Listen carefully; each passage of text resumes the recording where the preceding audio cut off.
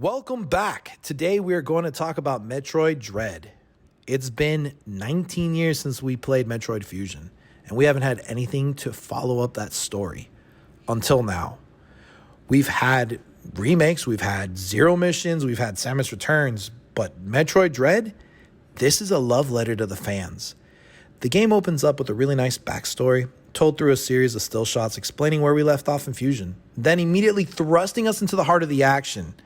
After the opening cutscene, the Galactic Federation receives video evidence that the X are alive and that they still exist on a remote planet called ZDR. They then send out 7 research robots called the EMMI, but as I like to call them, Emmy. And they're sent to the planet ZDR to investigate. But as soon as they land, all communication's lost with them. So the Federation sends out Samus to investigate. Now, after arriving, Samus is attacked by a Chozo warrior who eventually defeats her, and when she awakens, she's lost all of her abilities. Honestly, it's a tradition, and it's iconic for every Metroid game for you to start off with Samus having amazing gear, and then losing it, and then recapturing those moments by finding and exploring the planet in order to get your abilities back. But Samus is informed eventually by her ship's computer, Adam, to escape to the surface of ZDR and return to her ship. While exploring this planet, she's attacked by these EMMI, which have now been hacked, by the way, and are out to kill her. The EMMI, by the way, are only contained in their self-contained zones.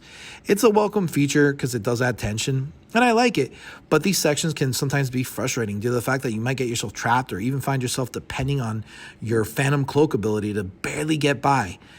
And the Phantom Cloak ability just grants you the ability to be invisible temporarily at the risk of a meter that's there. And if that meter runs out, it'll drain from your health. And it can be a little bit, frustrating when you find that you don't know the area too well. You back yourself into a corner and then you got to restart it again.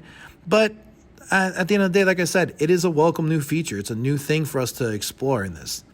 But in order for Samus to defeat the actual robots, she needs to find the planet's central units, and from there she could absorb a mysterious energy that flows through them into her, temporarily granting her the ability to destroy these robots. But after the power is used, it's drained, and she can't use it again until she encounters another central unit. But there's also the boss battles, and these are some of the greatest boss battles I have had in any Metroid game. They not only look good, but they're a challenge, and I find myself satisfied after beating one. And trust me, they aren't per se difficult, they're not, but they can keep you on a pace, and they require you to use every skill you've obtained up until that fight. Now, according to the online sources, the game itself runs on a solid 60 FPS, and I personally couldn't even see a stutter or a lag coming from this game, whether it was docked or in handheld mode. The combat's just amazing. And honestly, I found myself using counters at various moments, but not completely depending on them, kind of like in Samus Returns. Now, the powers you find while exploring is what makes each section worth diving back into to unlock more, whether it's finding a tank upgrade for your missiles or a health upgrade. Now, speaking of the sections in the game, the planet's map is huge, and the amount of attention to detail added to the game is amazing. I've never seen a Metroid game look this good other than the Prime series. But now this has my attention, and I love it. I wasn't sure if I'd like this actual 2D to 3D form factor since, honestly, I wasn't a fan when Mega Man tried doing it. But I'm not going to lie. Metroid pulls it off, and they do it well.